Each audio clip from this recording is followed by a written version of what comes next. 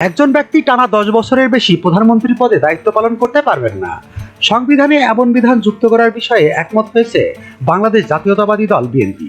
বুধবার এ তথ্য নিশ্চিত করেছেন দলটির স্থায়ী কমিটির সদস্য সালাউদ্দিন আহমেদ।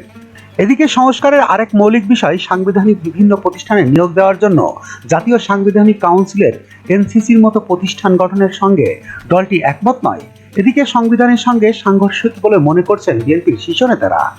মঙ্গলবার রাতে দলের জাতীয় কমিটির বৈঠকে এই সিদ্ধান্ত নেওয়া হয় বলে বৈঠক সূত্রে জানা যায়। গুলশানে বিএনপির চেয়ারপারসনের রাজনৈতিক কার্যালয়ে আনুষ্ঠানিক বৈঠকে লন্ডন থেকে ভার্চুয়ালি সভাপতিত্ব করেন দলের ভারপ্রাপ্ত চেয়ারম্যান তারেক রহমান। সূত্রে জানা গেছে, বৈঠকে সালাউদ্দিন আহমেদ সংস্কার বিষয়ে জাতীয় ঐক্যমত্য কমিশনের সঙ্গে গত কয়েকদিনের আলোচনার বিষয়ে রিপোর্ট তুলে ধরেন। রোববার কমিশনের সঙ্গে রাজনৈতিক দলগুলোর বৈঠকে প্রধানমন্ত্রীর মেয়াদ নিয়ে বিস্তর আলোচনা হয়। দুই পূর্ণ মেয়াদ হবে নাকি দুইবার হবে তা নিয়ে দলগুলোর মধ্যে বিতর্ক হয়। কেউ কেউ সংসদের মেয়াদের পক্ষে, কেউ কেউ দুইবারের পক্ষে মত দেন। যুক্তিতর্কের এক পর্যায়ে ওই বৈঠকে সালাউদ্দিন আহমেদ বলেন, এভাবে ঐক্যমতে আসা হয়তো সম্ভব হবে না।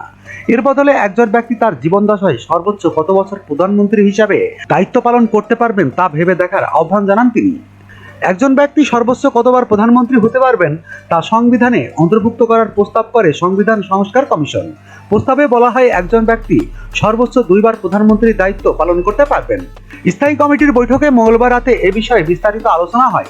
দলটি সিদ্ধান্ত নিয়েছে, একজন ব্যক্তি টানা সর্বোচ্চ 10 বছর পূর্ণ মেয়াদ প্রধানমন্ত্রী থাকতে পারবেন।